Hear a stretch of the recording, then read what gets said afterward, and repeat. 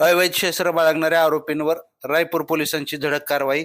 7 लाखांपेक्षा अधिक किमतीचा मुद्देमाल जप्त.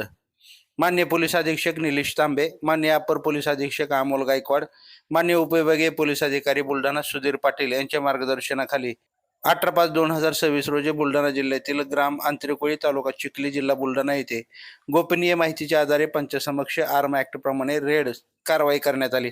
सदर कारवाई दरम्यान आरोपी शुभम सागर पवार राहणार कार्ला चौक, वर्धा जिल्हा वर्धा, रुपेश मिलन शिंदे व रोहन मिलन शिंदे राहणार हसनाबाद तालुका भोकरदन जिल्हा जालना, हमू पाचोरा जिल्हा जळगाव यांच्या ताब्यातून 2 देशी बनावटीचे पिस्तूल, 4 मॅगझिन, 92 जिवंत काडतुसे, 2 वापरलेले काडतुसे, 1 लोखंडी चाकू, महिंद्रा कंपनीचे XUV 500 वाहन क्रमांक MH20 DG 8687 तसेच iPhone 16 Pro Max मोबाईल असा एकूण अंदाजे 7,05,000 रुपयांचा मुद्देमाल जप्त करण्यात आला आहे.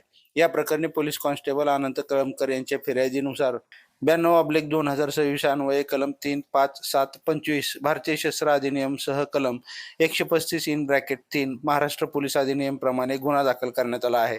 सदर कारवाई पोलीस स्टेशन रायपूर ठाणेदार Nilesh Solanke, police head constable Dashrath Shitole, police head constable Jyoti Galbale, police constable Rahul Jadhav, police constable Anant Kalamkar, police constable Akhtar Shaikh, police constable Laxman Shinde, चालक पोहा सागर कोरडे तसेच दहशतवाद विरोधी पथक अकोला यांनी संयुक्तपणे पार पाडले.